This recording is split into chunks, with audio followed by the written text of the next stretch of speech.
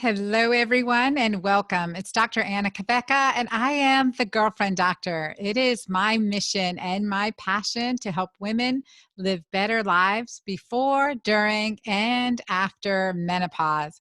So, welcome to the Girlfriend Doctor podcast, an intimate place for intimate conversation. And hey, I'm here for you. You can ask or tell me anything. And I've received some great questions in. And remember that this is a safe place where we can pull back the curtain on all things related to sexual health, libido, PMS, menopause, you name it. We are talking about it. We are shining the light on overall wellness, mind, body, and spirit. And it's so important that we do this together in community because community is life-giving.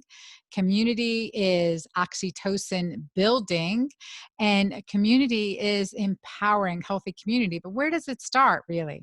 Healthy community starts with you. Starts with you putting your oxygen mask on, getting healthy, knowing that you are worth it and you are so valuable. And plus, you, wherever you are today, you can be better tomorrow. Without a doubt, you can be better tomorrow. And we've gone through some trying times right now, and we may have had some experiences with fear or maybe a loss of self-control, of relapsing of flashbacks. I mean, the list goes on, right? I know because I get it, right? Willpower issues, stress, fear, depression. And we may feel like, the world just doesn't look or feel safe anymore. And so that is a sentiment that we are completely aware of and here to combat because our bodies are resilient. And as we awaken to our own reality, as we become more aware with how much potential we have and what works for us. So discernment, what works for us and what works against us, how we set our mind in a direction with goals and light and dreams that help us succeed. Our brain, our intelligence is incredibly, our brain is incredibly neuroplastic. And so that's what I really want to talk about today with you here on the Girlfriend Doctor podcast. I have a beautiful guest that's joining me today. Her name is Dr. Sarah McKay. She is about nature, nurture, and neuroplasticity. She's a neuroscientist and a science communicator who specializes in translating brain science research into simple, actionable strategies for peak performance. So today we're going to talk about how women and men are different and what makes our brains different, as well as how our hormones affecting our brains, turning on our emotions and our behaviors, and how we can be powerful over them. So I'm excited about this. We're going to get into some neurobiology and some great neuroscience, and here we go. Dr. Sarah McKay, how are you? Thank you for joining us today. I am great. Thank you for inviting me to chat. You are welcome. For everyone listening, Dr. Sarah is in Sydney, Australia. So she's in the morning time. We're gonna toast right now. Cheers. This is the Girlfriend Doctor podcast. So cheers to your coffee. I'm having a little afternoon glass of wine and we're toasting as we get started to have this really great, heady, no pun intended, conversation about women's brains, men's brains, but seriously, women's brains. So Dr. McKay, Dr. Sarah McKay, her book, The Women's Brain Book, The Neuroscience of Health, Hormones, and Happiness, explores women's health from womb to tomb. Do y'all see why I love this woman, why I absolutely had to have her on my podcast?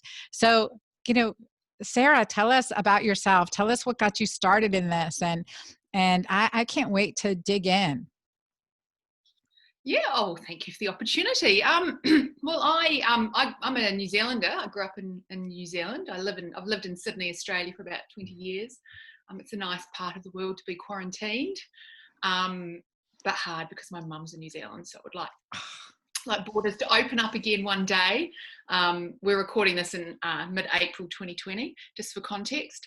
And I guess I was one of those kids always, I was very fortunate to grow up in the part of the world I did, and had a very, very happy childhood, loved learning, always enjoyed reading books. And when I got to my first year of university, a psychology lecture I was in, they recommended we read a book by Oliver Sacks called The Man Who Mistook His Wife for a Hat, which, if you have read the book, you will know the book. It's he's a neurologist and wrote these wonderful, an amazing writer, and wrote these wonderful case studies of all of the very unusual things that can happen to people when their brains go wrong or malfunction. And I was so captivated by this idea, and this is the early 90s, so neuroscience as a discipline in universities was very, very new.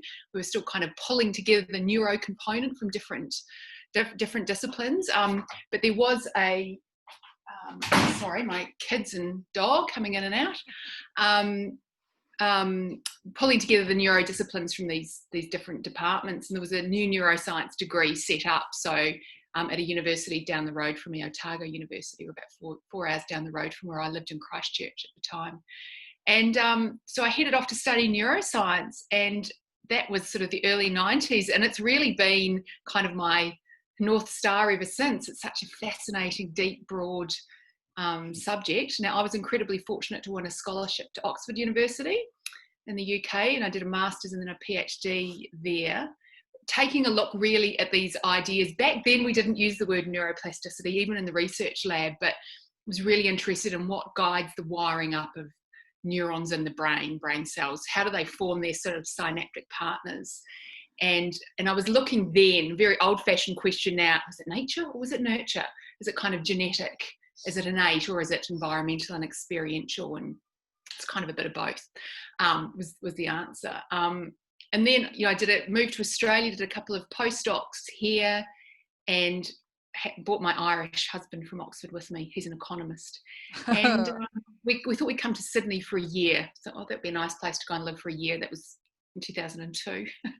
And while I was working in research in the universities here, I just was starting to get loved neuroscience, but was frustrated with academia and trying to get papers published and trying to get research grants. And I felt like everywhere I turned, there was all these gatekeepers, and I couldn't really I didn't have the freedom to kind of think about what I wanted to think about, because in academia and research, which is fundamentally necessary, and you probably know this, you have to become an expert on such a tiny niche.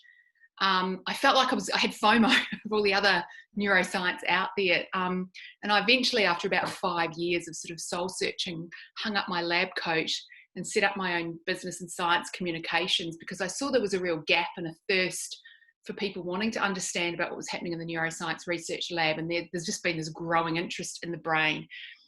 What do we understand? Where is contemporary neuroscience, and how can we apply that to people's lives? And so that's kind of what I've done since I had my boys, one of whom just walked in there. And I suppose along the way, I had various opportunities open up to me, and I was approached by a book publisher who said, "Why don't you write a book?" And I went, "Oh God, I'm not writing a book. That sounds like a lot of hard work. And I don't really have any good ideas." And she's a very charismatic woman. Hat tip to Jean Rickmans, who's now my book agent, and she said to me, "Well, why don't we just meet over coffee and have a chat?" And I was like, "Oh, okay, I can do that." Back in the days when you could do things like that. So we met, and she said to me, "What have you ever," I said, "I haven't got an idea for a book." She said, "Well, what have you ever written for an audience that's really resonated?" And you'll find this interesting. So I was writing a lot for the ABC here in Australia, Australian Broadcasting Corporation, and I'd written an article on menopause and brain fog. And we had this enormous outpouring of emails of people saying, "Oh my goodness, that is me." And the idea behind this piece was the concept of brain fog, which I guess is a colloquial term. Women going through menopause often experience that, but often a lot of women, and you probably know this, a lot of women think it's the first signs of Alzheimer's or dementia. Right. Memory loss. Like, "Oh God, I'm forgetting everything. I'm 48 and I'm getting dementia already." And really it was saying, look, this is quite normal. we don't really understand. There's a bit of a chicken and egg scenario about what exactly is the cause. Is it directly related to hormones? Is it related to hot flashes waking you up at night so you're sleep deprived? All of these kind of chicken and egg scenarios. But it was kind of like, it's probably not Alzheimer's, it's probably menopause. And so I was telling my book agent this, and she went, oh my God, you have to write a book about menopause.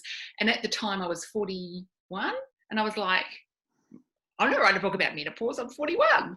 That was something my mum once did. I'm 45 now. I have a bit of a different attitude as I sit here sweating. Well, experience is a great teacher. Experience is a great teacher. Yeah, and actually writing but anyway, so I thought, well, look, I don't want to write a book on menopause. And then she said, oh, what about baby brain? And she just kind of said in an offhand way, was baby brain a thing, like when you're pregnant, you get a bit foggy? And I was like, well, I'm from New Zealand. We don't do brain fog there. I'm baby brain there because we have this wonderful prime minister who's had a baby and is clearly a superstar. But also baby brain was never a thing that I'd ever heard of. It wasn't a concept in my world. And I went, oh, look, I don't know whether I don't think there's any plausible neuroscience explanation for that. And then I went, oh my God, I've never thought before about all of these aspects of women's lives through the lens of neurobiology. So I've been a neuroscientist for going on 25 years, owner of a female body and brain since I was born. And because neuroscience is so broad and deep, I had never thought about puberty in the brain, periods, the menstrual cycle in the brain, pregnancy in the brain. And I thought, well, maybe I could write a book taking a look at all of these aspects of women's lives through the lens of neurobiology. And we were like, well, there's the book idea. And that's I love it. That's amazing. It came about. It was not planned. It just sort of happened. And it was and I think part of the beauty of me having no agenda going into this is like, I'm a neuroscientist, just want to understand a lot of these ideas, is that I just very much went in taking a look at what does the latest neuroscience research say on all these different points in the lifespan. And I just read them and wrote them and talked to loads of really interesting people. And that was kind of how the book came about. I love it. I think it's great. And especially you said the first thing, let's get some definitions for our audience too, is the neuroplasticity. Let's talk about that. You said we didn't have that word way back when you were at Oxford, but now we see it everywhere. So let's talk about neuroplasticity and what that means. And then I definitely want to get into the stages of our brain life.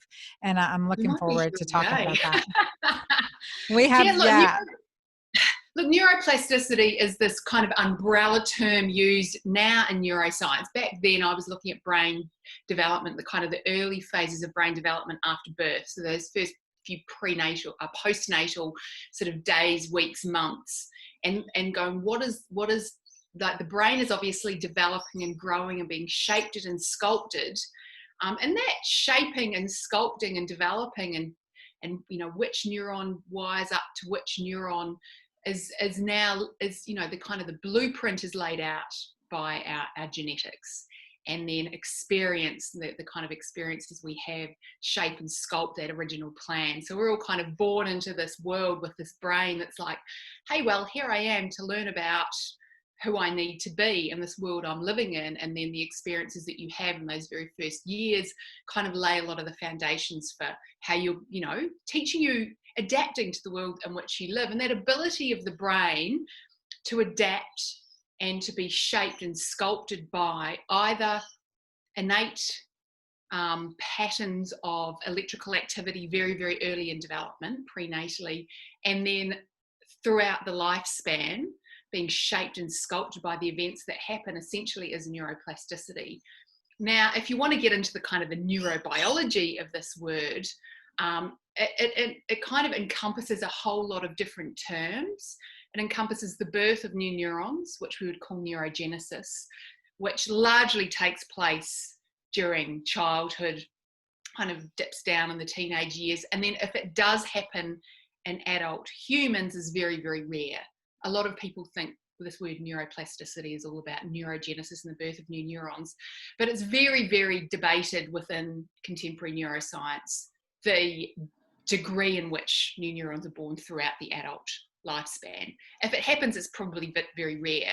The greatest degree of plasticity that occurs throughout the lifespan is kind of the changes in the strength of connections between neurons. So how kind of reliable is that connection? How well worn is that path? Might be another kind of way to think about that. How efficient is that network? And so that's kind of the level of the kind of the connections or the synapses between neurons.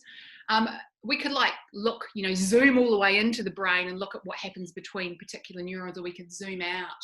And at some points in the lifespan, we actually see structural changes take place in the brain that we can visualize with an MRI machine. Mm-hmm. And interestingly, one of the greatest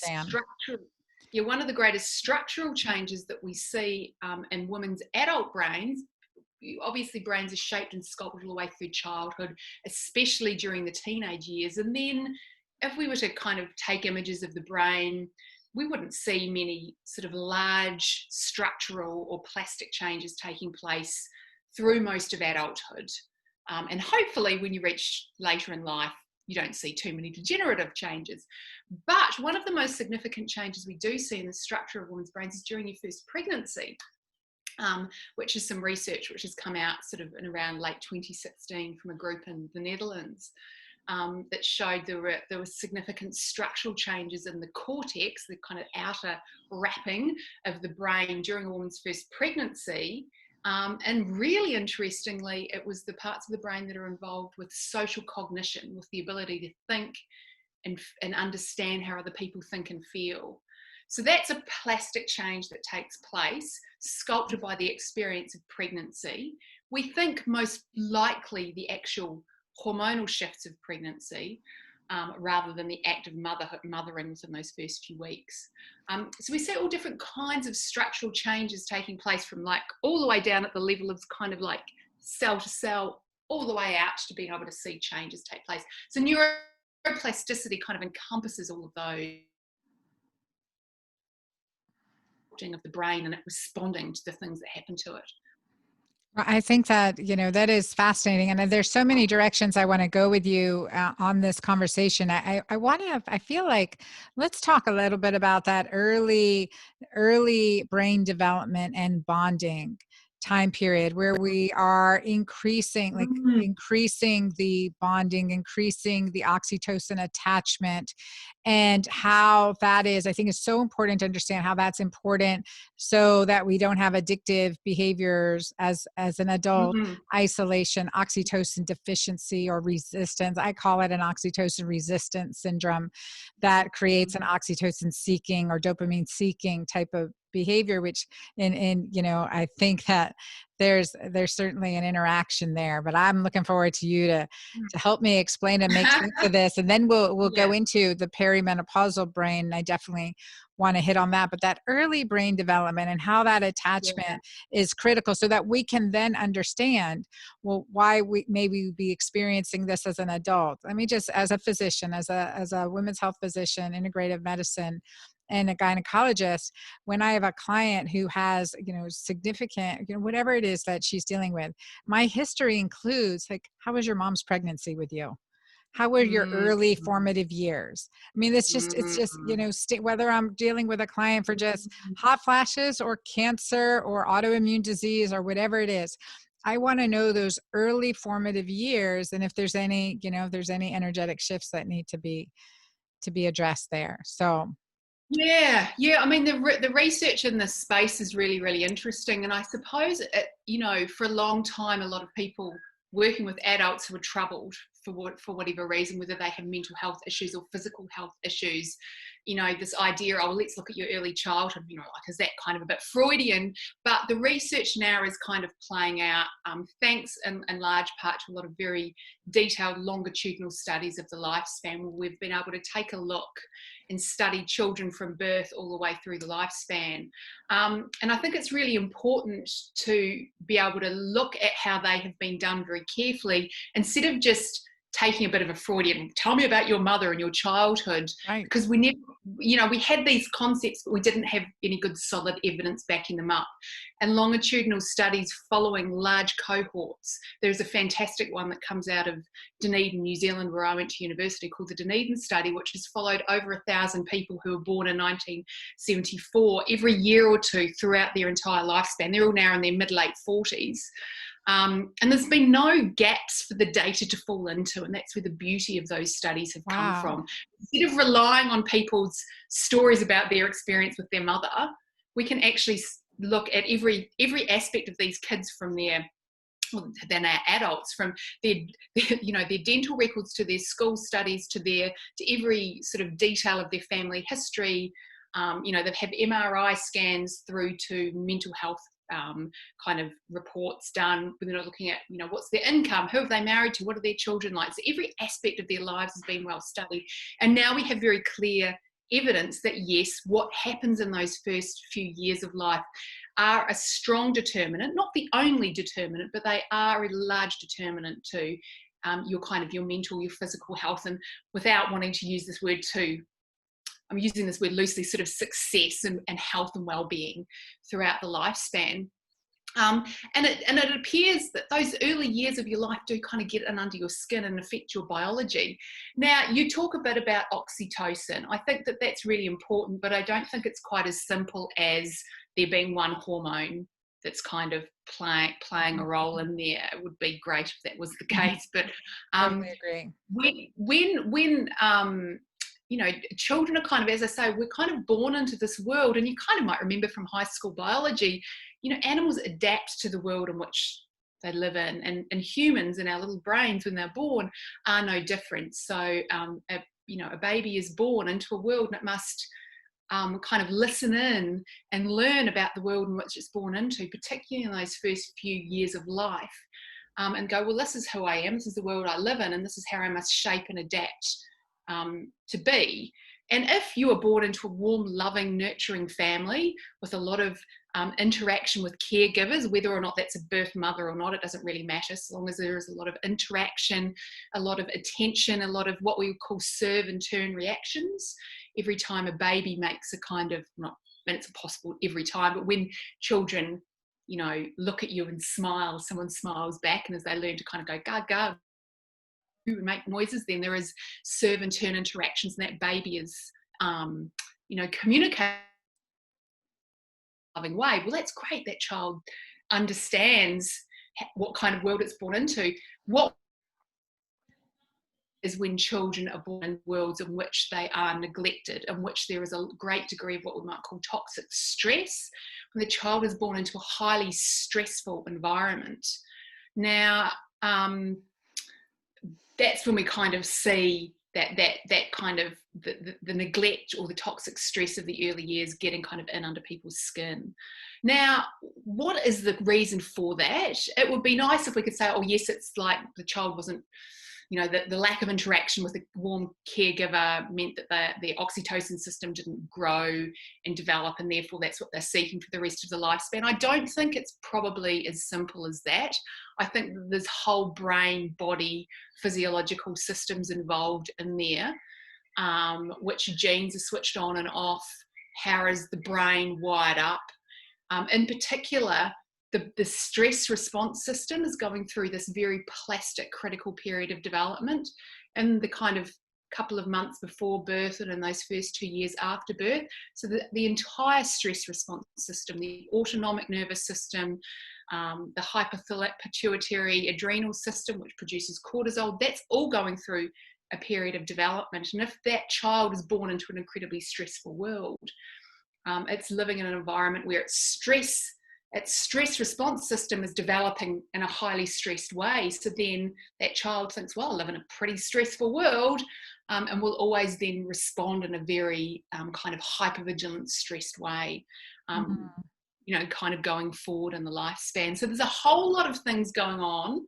We're still trying to unpack the kind of the cause and effect of a lot of these. I think it's probably quite wise to point, we've underestimated the importance of the early years. and kind of building the right kind of infrastructure around kids. In particular, children that are born into highly stressed, perhaps a lot of neglect, perhaps extreme poverty. They grow up in these very toxic, stressed environments. But I think it's important to point out that that doesn't mean you sort of, that's it for life. Right. Right.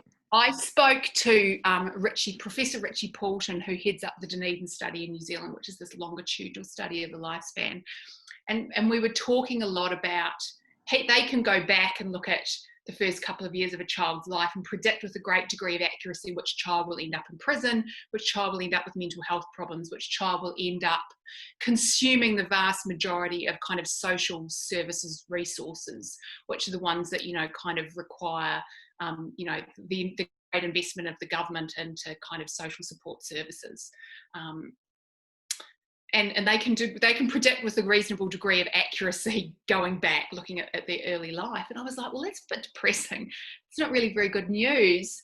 I mean, is that always inevitable? And then he said in his very Kiwi way, are you asking me if they're screwed for life? And I said, yes. And he said, well, no. He said, I have seen the most remarkable the most remarkable things happen. Some people who had the roughest start to life, these people have grown up, they've had a tough childhood, and every kind of point in life has battered them. And he said, sometimes we see these remarkable turnarounds, and it's just, they may have been given the love, care and attention of just one other person. Perhaps it was an auntie, perhaps it was someone in their extended whānau family, as we say in New Zealand, perhaps even it was a therapist, perhaps it was a teacher. He said sometimes the love and the care of one other person can turn someone's life around at any point in the lifespan. Wow. So he said, they aren't, as he said, screwed for life. He said, we just need to realise that these people are often neglected by society, and they're the ones that we need to kind of pluck out and give their support and attention to. So hopefully that kind of offered a bit of hope as well, which I thought was a beautiful thing.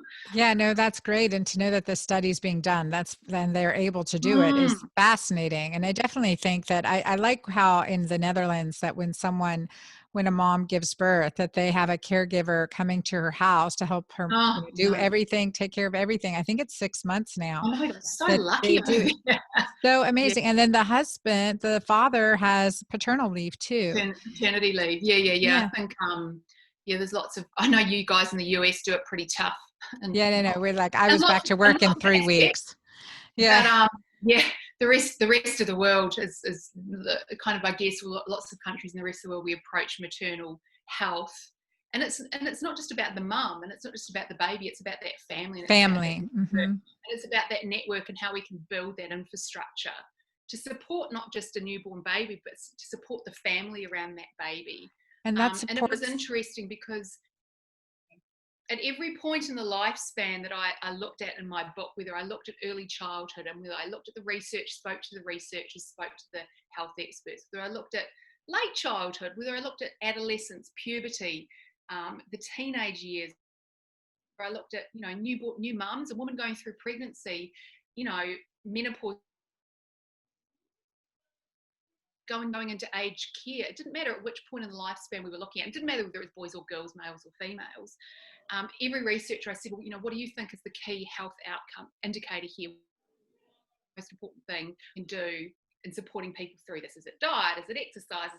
And it was, every single person said the same thing. It's about the other people. It is about the social prescription. It is about putting, it's not about me, it's about we. What can we do to put the right support systems around people, new mums? What can we do for them? How can we help kids transition into primary school? What can we do to help teenagers when, young people, when they're entering puberty, boys and girls, when teenagers are going through all that kind of turmoil of the teenage years? It's always about other people. It's not about me, it's about we. I love that. Oh my gosh. It's not about me, it's about we. Yeah, but like young people entering puberty for the first time, that's when they often become more vulnerable to mental health issues. Says my internet connection is unstable. Hope we're still connected. It's good. Yep, we're still connected. we often go, oh well, it's young kids. I've got a 12-year-old. Well, he's turning 12 on Monday. I have a They get 12-year-old too, cranky. 12-year-old girl. They get cranky, and you go, oh, it's hormones, it's hormones, it's hormones. And there's a very interesting study done here in Australia looking at children entering puberty and the development of kind of emotional turmoil and mental health issues. And if you have a little girl entering puberty early but normal, say she starts developing breasts and maybe gets her period at like 9, 10, early but it's not normal, in the beginning of that kind of curve, she's far more vulnerable to develop mental health issues than a girl who goes through puberty at the same age as her friends or maybe a little bit later. But you look at the boy who enters puberty before his friends, early but normally sort of what happens to when boys into puberty, they grow tall, hairy and bigger, musclier, and they rise in social stature. So the boy who goes through puberty earlier than his friends is protected against mental health issues and everyone had that little guy in their class who still hadn't even started growing when he was about 15, he was still like little. And so you've got kids going through puberty and experiencing the hormones of puberty for the first time, but the largest determinant of their mental health is the social context which puberty is happening, not just hormone switching on or off. So I think, at every stage I went through in the book, I was just so blown away that hormones were kind of opening a window, but what was the most important thing was just other people. It's always the largest determinant of health. Studies of PMS, we can talk about that. Perimenopause, all of these, the social context is the key indicator of health. And I think that I can see that and from early birth through every stage and how community helps with these times of transition.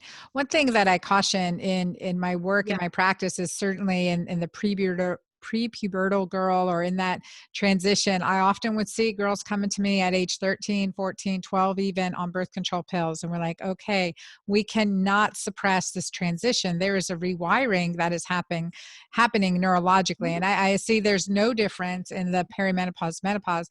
We can't suppress and we can support, but we can't suppress the transition.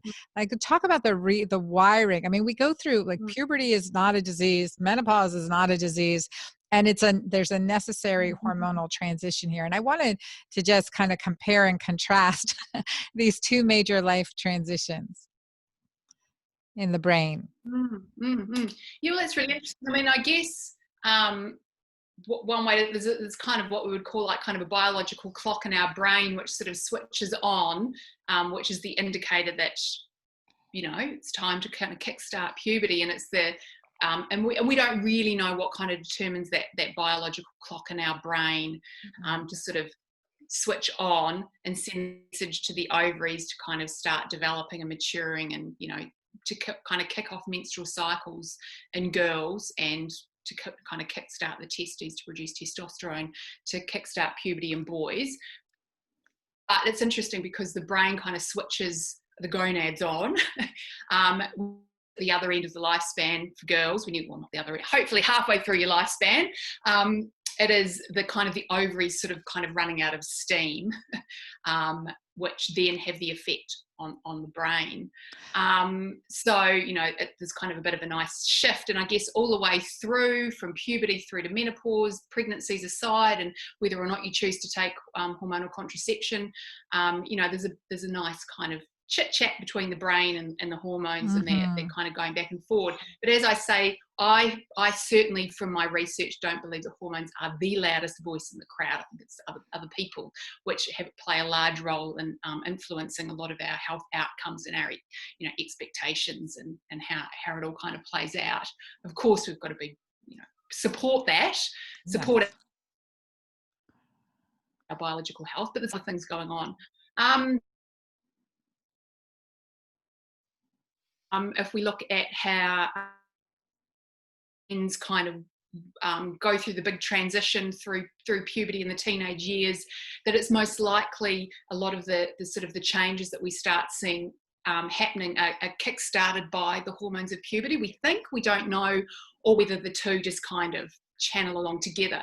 We see that if you were to look at, 1,000 girls and 1,000 boys, the girls' brains would start developing about a year or so before the boys, and that's kind of typically what we see. Girls enter puberty a year or so before boys. Boys eventually catch up. Of course, there's always people at either end of that normal.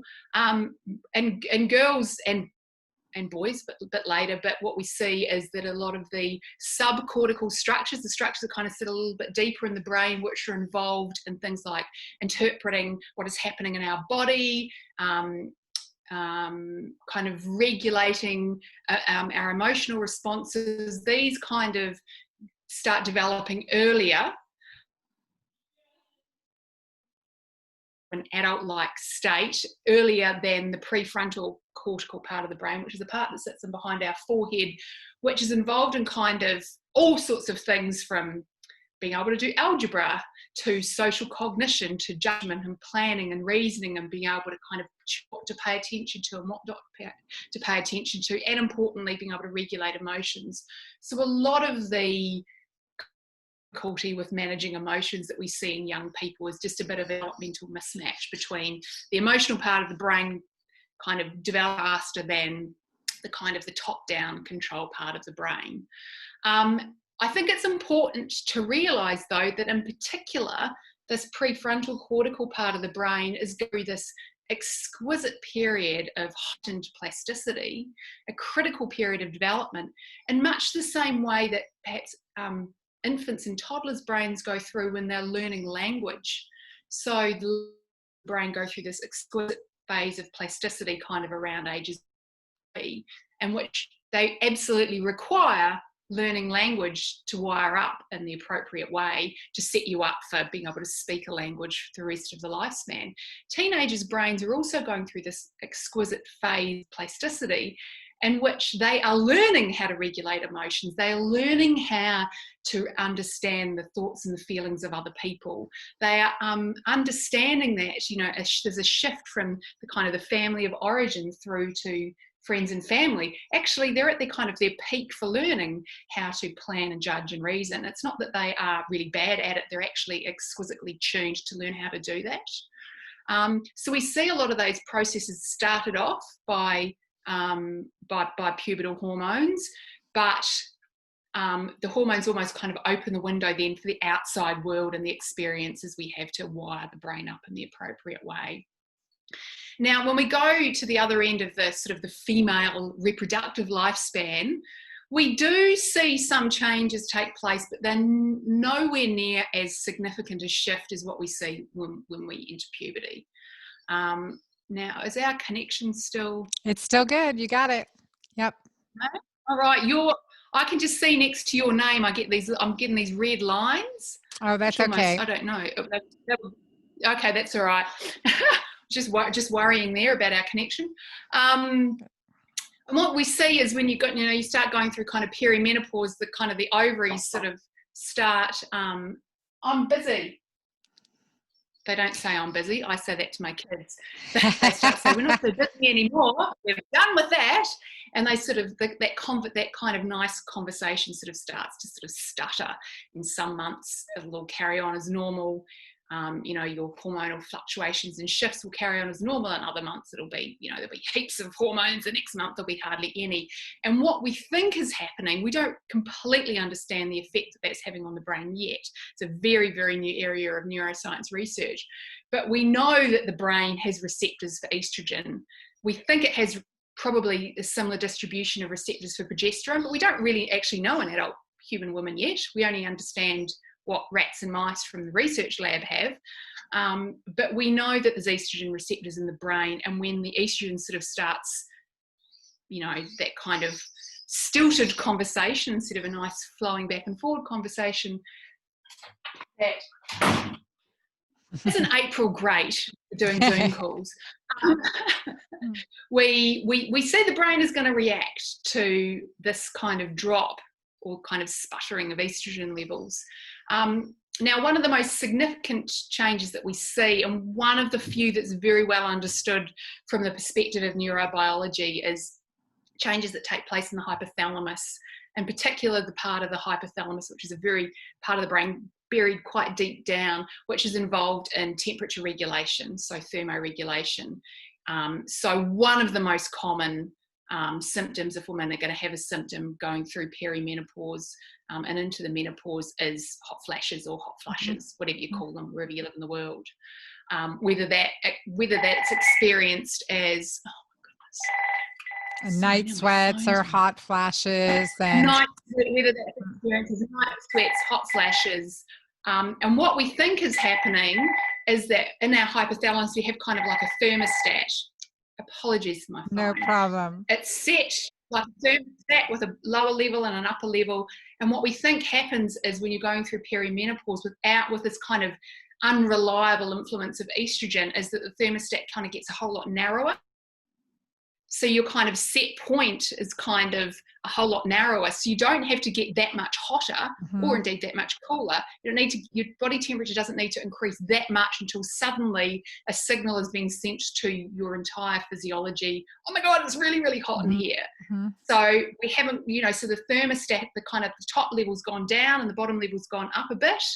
And that we think may be part of the reason why lots of women then experience hot flashes and night sweats. And I certainly, from my own personal perspective, after writing the book and thinking, oh, menopause, that's something that's a long way off in my future. I'm now 45, about a year ago, started getting night sweats. It's driving me absolutely bonkers. And I'm pretty fit, pretty healthy, eat a pretty good diet.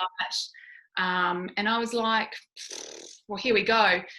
Now, you probably might disagree with this. However, I eventually went and talked to my OBGYN, which is not really an obstetrician when you reach this age anymore. They're more of just a GYN. The OB. We forget about the OB bit.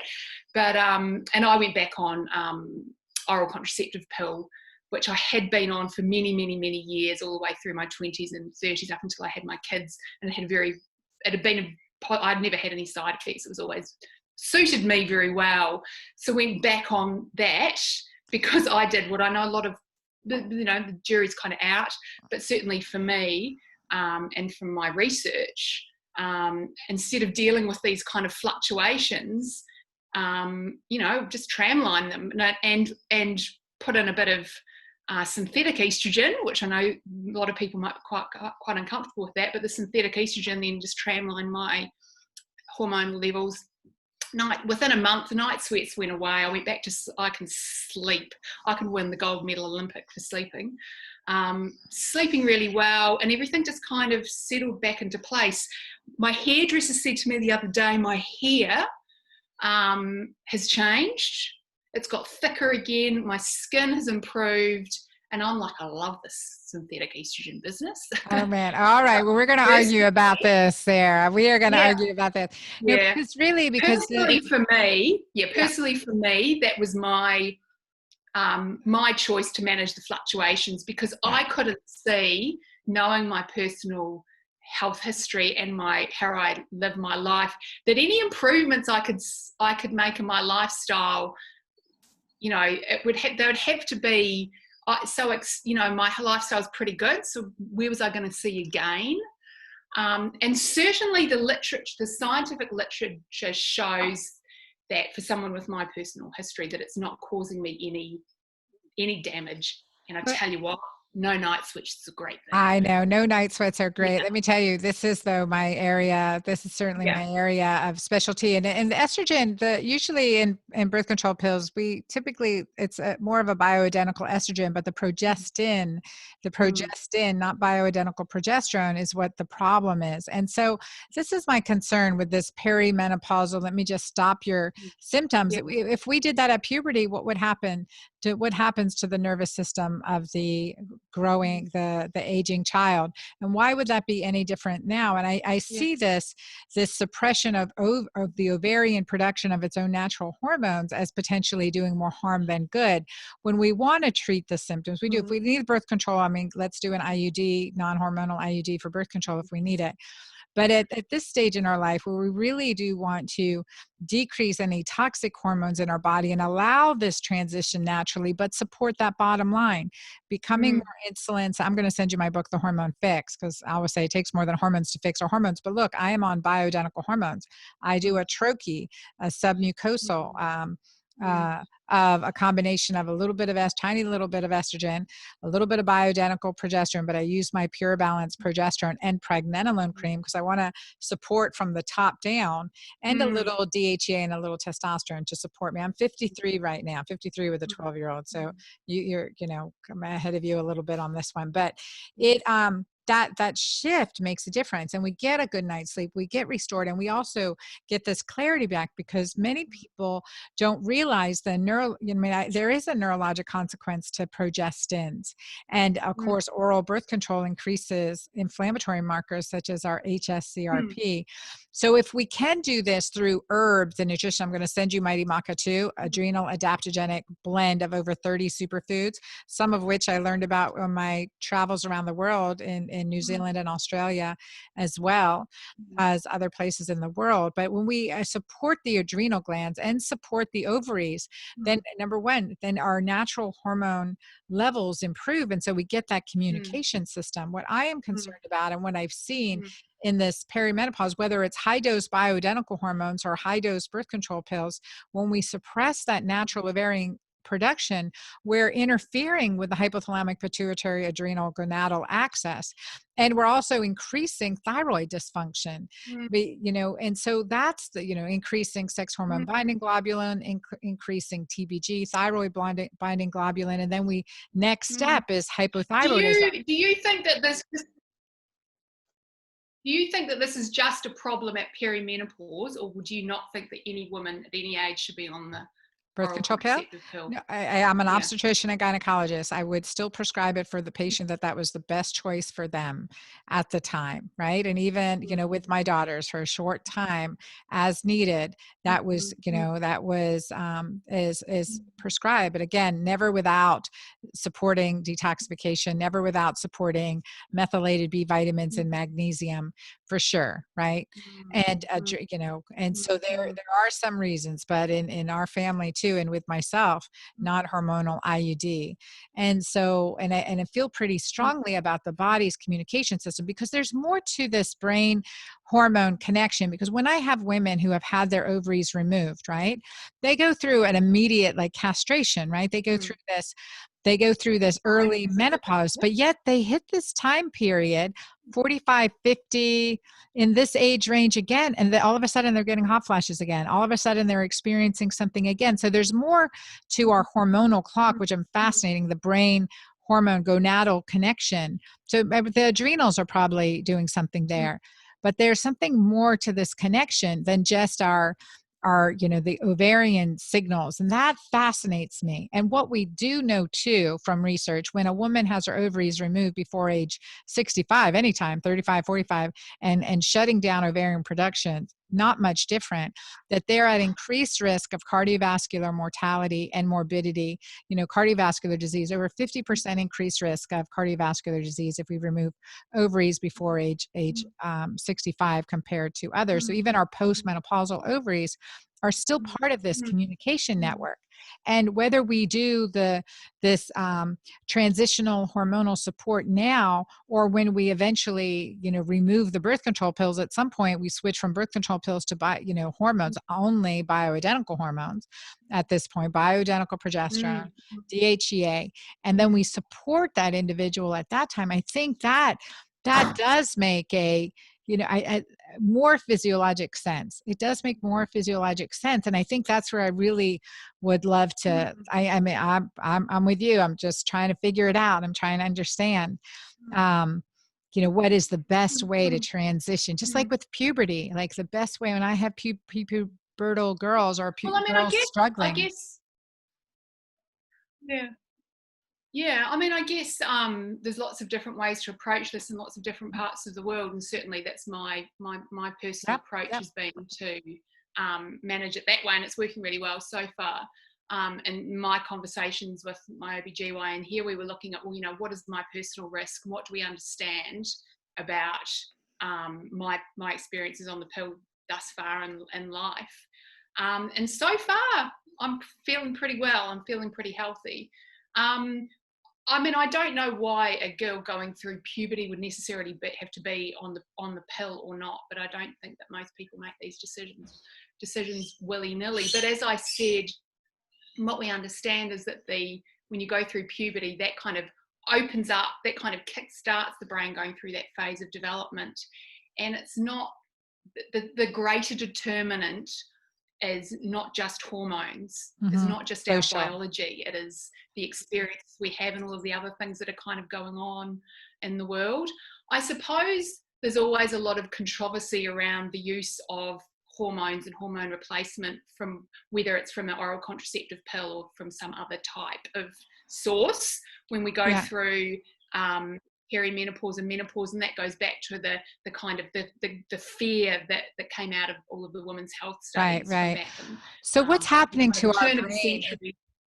2002 studies. What is happening to our brain in the menopause, creating that brain fog? Well, this is what the chicken and egg scenario is, and we call it the chicken and egg scenario because we don't necessarily know and what we tend to see is in women who are feeling foggy and fuzzy and like everything's kind of like they're sort of struggling. It's hard to know whether that is directly attributable to hormones, or is it because they're getting night sweats and so they're waking up on and off all through the night, and so they're not sleeping well. And once you're not sleeping well, I mean, you only have to have one bad night's sleep to feel pretty rubbish. If you're not sleeping well consistently for months and months and months, you know, what are all of the kind of the knock-on effects that then are happening? Because without a good night's sleep, you're disrupting a whole host of hormones in your body. You're probably not going to be eating well, you're not going to be exercising well, you're not going to be able to manage your emotions, your social connections are going to start coming down. So this is what we understand from the perspective of neuroscience and the research that's been done, is we don't know, we can't say the hormones are directly impacting emotions. And certainly if we look outside of the menopause and we look at other points in the lifespan where hormones change and fluctuate, for example, taking a look at experiences of women experiencing kind of premenstrual, you know, kind of the sort of the irritability and emotional kind of turmoil lots of women experience before their period, is that solely attributable to hormones? And the research from the neuroscience perspective is kind of out on that. And as I say, it's not necessarily always the loudest voice in the crowd. So to make the assumption that hormones are the driving factor at every point, I think narrows our focus too much.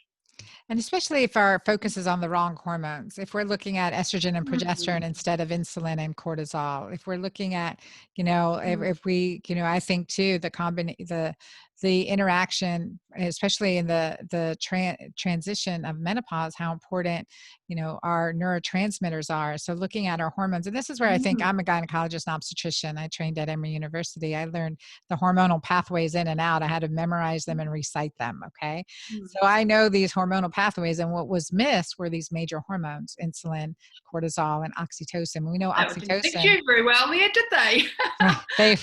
So I mean, it really is looking at all the reproductive hormones, right? That's important. But if we don't look at the effect of these other major hormones to a degree that we understand the reproductive hormones, I think that does put us certainly at a disadvantage. But also the fact that, you know, we need estrogen to produce serotonin. Estrogen assists in serotonin production. Progesterone, you know, is necessary for GABA production, you know, and testosterone is necessary and assist in dopamine production. So we look at the neurotransmitters, right? The hormonal communication between our and they're all very intimately intertwined. Absolutely. Yes. Yeah, Yes. yeah. And how when we do manipulate one, we're affecting another in that cascade. So I Mm, think it's such a beautiful, and I love it because I love now that, the work of Dr. Lisa Mosconi, your work looking at the brain in women, and now mm,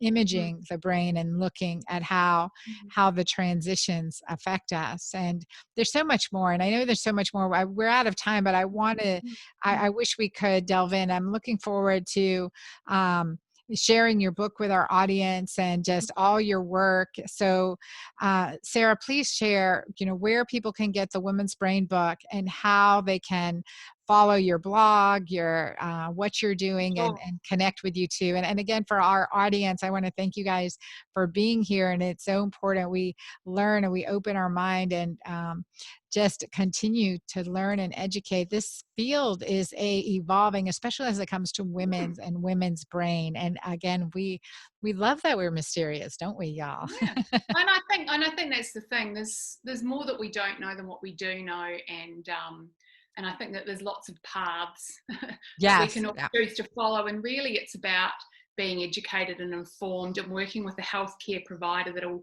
help you make the right decisions for you, Yes, and absolutely. informed and not a fear-based way, but quite a calm, you know, just take into account a lot of the influences. And as I say, I think that the loudest voice in the crowd is the people that we can have around us to help support us through whatever kind of is happening. And I think that that's pretty clear on a global level. April 2020, we're all being told to, stay physically apart, and everyone's really struggling with that. And I think that that's a pretty clear. I always say I think the social prescription is the one that we should be writing, and I think we're learning that, and we're in a little boot camp to learn that at the moment, globally.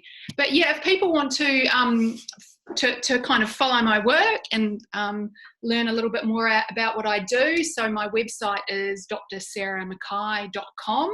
If you go to drsarahmckay.com/toolkit, you can download a applied brain science toolkit, which just has lots of sort of tips and ideas for health and well-being, covering things like sleep and exercise and all of the kinds of important good things we should do, as well as social connection, for supporting brain health. And I'm on Instagram, on Facebook, and really always enjoy sharing kind of the latest contemporary neuroscience, and how we can make that useful and practical and applied in all of our lives. I love it. Thank you. So, with that social connection, what are the hormones that are most involved in that? So, neurotransmitters and hormones that are most involved in that Yeah, social well, I mean, connection. And I'm I following think we you on Instagram right now because I don't yeah. think I was following you on Instagram. Huh? I think we can be quite reductionist and look at, like, how does a human, another interaction with another human, and change our biochemistry. But I think we've got to kind of take a big picture look at that. But we understand quite a lot about social cognition and social brain networks, which go through this exquisite, as I said, period of development during the adolescent years, and then this other really newly found out, newly discovered big shift during pregnancy. It's almost, and we assume it must have to do with the biochemical shift of pregnancy, because it doesn't happen in the first few weeks after pregnancy. It's almost as if it's Mother Nature's shortcut to try and ensure that pregnancy just doesn't prepare our body for nurturing a baby, but prepares our mind for looking after a baby, and then bringing in that tribe of people around us. Mm-hmm.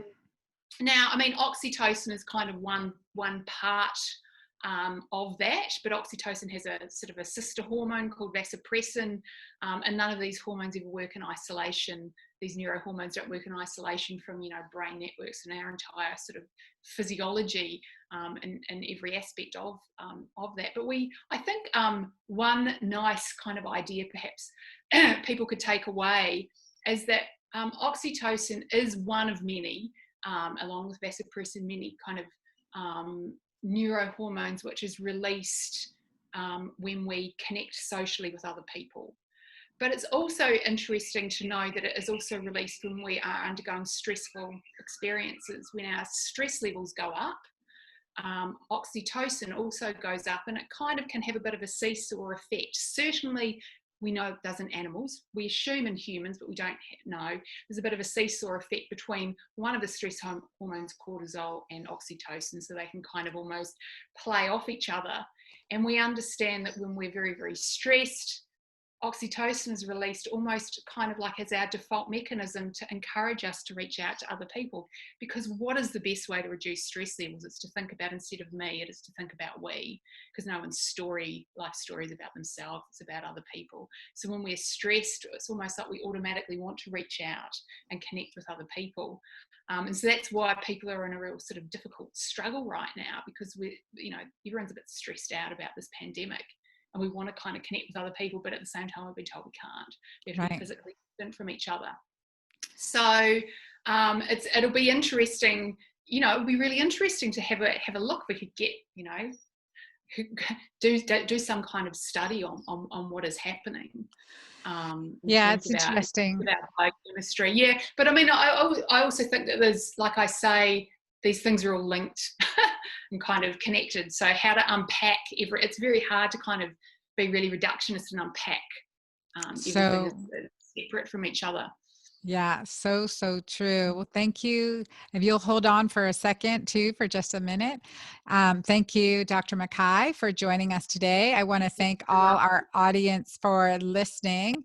That was Dr. Sarah McKay, neuroscientist from Australia, living from New Zealand, living in Australia, in Sydney, Australia. So I've enjoyed our conversation together. You guys know how passionate I am about hormones, how I am about physiology and enhancing our body's natural ability to balance. And it certainly does.